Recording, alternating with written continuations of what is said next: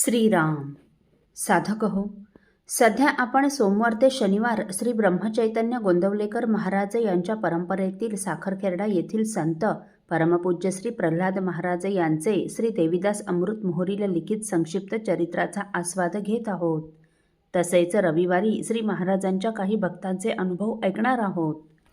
सन 1933 मध्ये माकोडीच्या बालगोपाळ मंडळींनी व सर्व गावकऱ्यांनी मिळून श्री ब्रह्मचैतन्य महाराजांचे वाणी अवतार श्री तात्यासाहेब केतकर मालाड यांच्या हस्ते व श्री प्रल्हाद महाराज व श्री नानाचार्य यांच्या उपस्थितीत त्रयोदशाक्षरी राममंत्राचा 13 कोटी जपाचा संकल्प माकोडीला सोडला होता.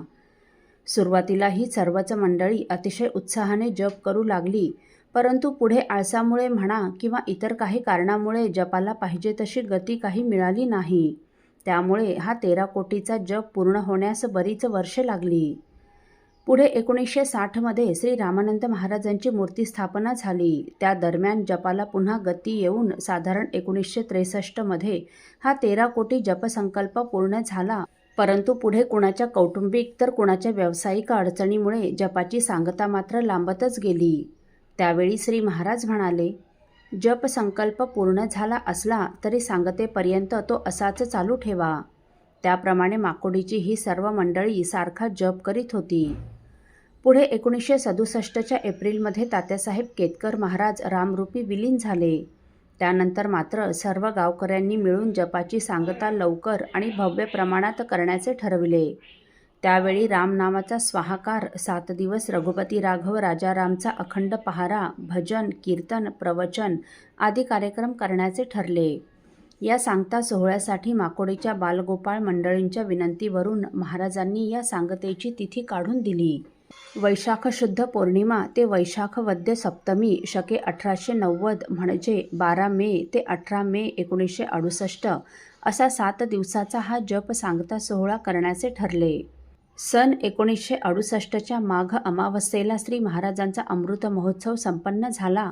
त्यावेळी माकोडीच्या या मंडळींनी श्री महाराजांना या सांगता सोहळ्याच्या निमित्ताने होणाऱ्या यज्ञाचे यज्ञकंकण आपण बांधावे म्हणून विनंती केली. श्री महाराज म्हणाले, माकोडीकरांपैकी आपणच कोणीतरी हे यज्ञकंकण बांधावे. त्यावेळी या मंडळींनी महाराजांना आपणच नाव सुचवावे म्हणून विनंती केली. त्यावेळी तिथे उपस्थित असणाऱ्या उपस्थितांपैकी माकोडीचे प्रभाकरराव कुलकर्णी व त्यांच्या पत्नी सौ सिंधुताई कुलकर्णींना यज्ञकंकण बांधून त्यांच्या हस्ते सपत्नीक हा यज्ञ करावा म्हणून महाराजांनी सांगितले.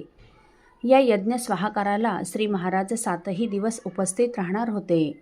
जप सांगता सोहळ्याची तिथी निश्चित झाल्यामुळे माकोडीकर मंडळी अत्यंत आनंदित झाली व पुढे माकोडीला परतल्यावर ही मंडळी अतिशय उत्साहाने, काही मंडळी घरी बसून तर काही मंडळी मंदिरात येऊन जप करू लागली. प्रभाकरराव कुलकर्णी मंदिराशेजारी राहत असल्यामुळे ते सपत्नीक मंदिरात येऊन सारखा जप करू लागले. या उत्सवाचे पत्रक काढून ते जवळपासच्या सर्व खेड्यापाड्यात वाटण्यात आले. उत्सवाच्या दृष्टीने या मंडळींनी आसपासच्या खेड्यापाड्यात या उत्सवासाठी भिक्षा मागितली. उत्सवाची तयारी जोरात सुरू झाली. त्यावेळी सौ सिंधुताई कुलकर्णी ह्या 2 मुलीनंतर गर्भवती असून त्यांना साधारण 4था महिना लागला होता. परंतु 4थ्या महिन्यात त्यांचा गर्भपात झाला. त्यानंतर त्यांना अकोल्याला तपासणीसाठी नेले असता डॉक्टरांनी उदरात आणखी एक गर्भ असल्याचे सांगितले. म्हणजे जुळ्यापैकी एकाचाच गर्भपात झाला होता. त्यानंतर औषधोपचार करून त्यांना घरी आणले. डॉक्टरांचे औषध सुरू होतेच. जुळ्या मुलांपैकी सहसा एकाचा गर्भपात होऊन दुसरा गर्भ राहत नसतो, परंतु रामनामाचा प्रभाव आणि श्री महाराजांची कृपा म्हणून एक गर्भ मात्र उदरात वाढू लागला. पुढे श्री महाराजांनी सांगितल्याप्रमाणे व काढून दिलेल्या तिथीवर हा 7 दिवसाचा जप सांगता सोहळा श्री महाराजांच्या उपस्थितीत सुरू झाला. या सांगता सोहळ्याच्या अनुषंगाने होणारा रामनाम स्वाहाकार व अध्यात्म रामायण स्वाहाकाराचे पौरोहित्य नांदेडचे अनंतशास्त्री महाराज टाकळीकर यांनी केले. ते अनेक ब्रह्मवृंदांसह या कार्यक्रमाला आले होते. या रामनाम सांगता सोहळ्यासाठी गोंदवल्याहून काही भक्तमंडळी आली होती. श्री थोरल्या महाराजांचे वाणी आविष्कार परमपूज्य तात्यासाहेब केतकर यांनीच या 13 कोटी जपाचा संकल्प सोडला होता. परंतु एप्रिल 1967 मध्ये ते रामरूपी विलीन झाले. मालाडहून बरीच भक्तमंडळी या जप सांगतेसाठी आली होती.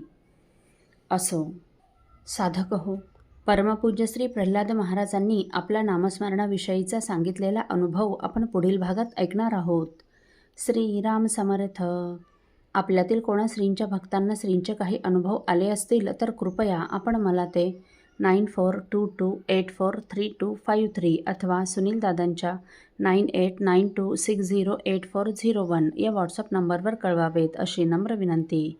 श्रीराम समर्थ.